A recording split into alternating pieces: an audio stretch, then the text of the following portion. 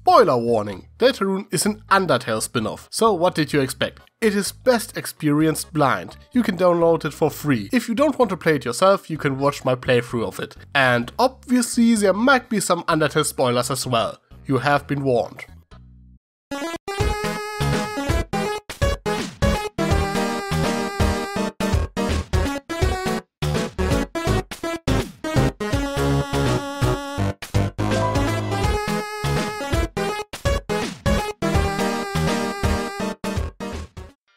In case you couldn't tell by the fact that I use Undertale music in 70% of my videos, I adore that game. I even bought the overpriced physical collector's edition for the PS4. That locket is amazing though. In any case, so I was of course curious when Toby Fox teased that something would happen on the Undertale Twitter on Halloween. Well, who would have guessed that he would drop an entirely new game? Now, what exactly is Deltarune? Well, Deltarune is a spin-off of Undertale, which is apparently set in an alternate universe to the main game. You see a lot of characters from the original, and at first it appears like it could take place after the pacifist ending. But a lot of things just don't seem to line up. For one, you play as Chris, Toriel's adopted human child, and not as Frisk. From the looks of it, they are actually the original fallen child the Undertale fandom knows as Kara, only that they are now a couple of years older. This is further supported by the fact that Asriel is still alive, even though he is at college apparently and therefore doesn't quite appear in the game. Also, after beating the final boss and running around talking with everyone in town, some characters will comment that Chris used to be a rather creepy child that pulled a couple of rather sick pranks, which seems in line with Kara's personality as far as we know. At this point, I should probably point out that the name Kara was never really canon to begin with. The intention of the naming scheme in Undertale is to name the fallen child after yourself, while Kara is just a placeholder name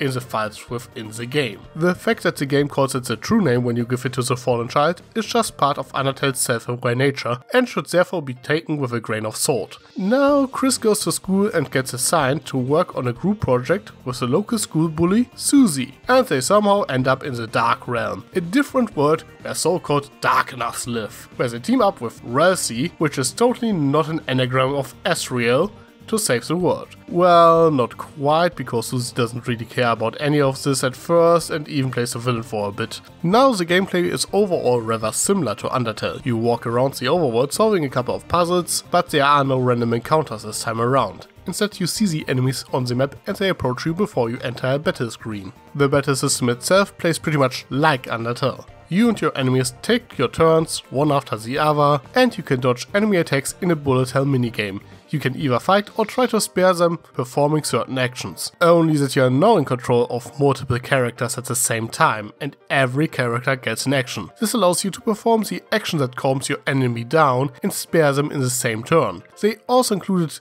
a guard command and a magic system which uses so-called TP. You recover by using said guard command. Overall, the combat system feels much more involved and strategic than the one you had in Undertale, though it doesn't really matter so much as the enemies you encounter are way easier to defeat or to spare than they were in Undertale. And that game wasn't exactly hard to begin with.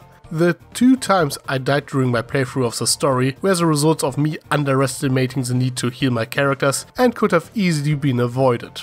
Oh yeah, and you can't actually kill anyone. Yeah, a straight up genocide run like in Undertale is impossible. While your love is displayed as in Undertale, you cannot earn any EXP. Instead, when you bring down the health of an enemy, they will just run away, and you will be rewarded with 0 execution points after every battle. I wasn't even aware of that, as I obviously tried going for a pacifist run first, and Ralsei encourages you the entire time to look for a peaceful solution anyway. Now this is where we get to one of the core themes of Deltarune. Whereas Undertale was a subversion of your average RPG, Deltarune is a subversion of Undertale. The game totally expects that you already played Undertale. You only get the option to play through a combat tutorial after you already were forced to fight, for example, and you hardly notice how it plays with your expectation when you are going for a pacifist run straight away, as this is pretty much what everyone who played Undertale would do. The thing which made Undertale unique was that your choices mattered.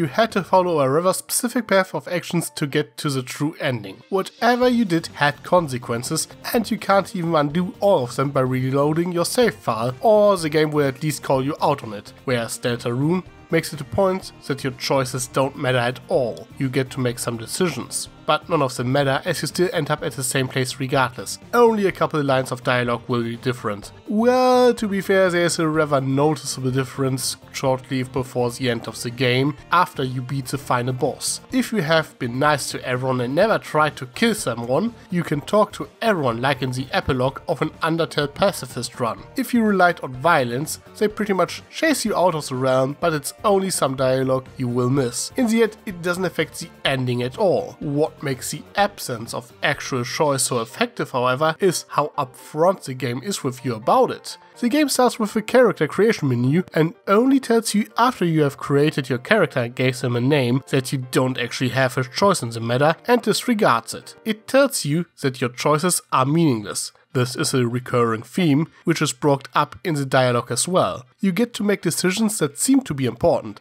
giving you the illusion that it is otherwise, but none of them will affect the final outcome. For what it is worth, this can be considered a commentary on decision making in video games in general. For example, Telltale games are rather notorious in that regard. It always tells you that your choices will affect the ending, but the differences end up being minor at best. Or who could forget the infamous ending of Mass Effect 3? Yeah, your choices totally mattered at that one. Point is that there are a lot of games that try to convince you that your choices will affect the story, but in the end all they affect are a couple of lines of dialogue.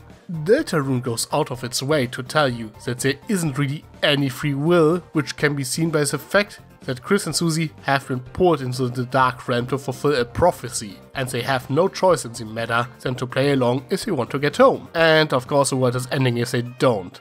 Everything that happens is destined to happen. But the main selling points are of course the writing and this game's connection to Undertale. The new characters are all as endearing and charming as the characters we know and love from Undertale, and we see some of them returning, though you can only really interact with most of them at the very end of the game. It is fun to figure out what is the same and what is different in this universe. The fact that this game is set in an alternate universe where everyone is alive and well can be considered a commentary on the Undertale fandom itself, as AUs and fix are a very common thing. Heck, some fan creators' AUs are so popular that they have sub-fandoms of their own. With the big twist at the end revealing that no, not everything is alright, this game can be considered a deconstruction of that fix idea as well.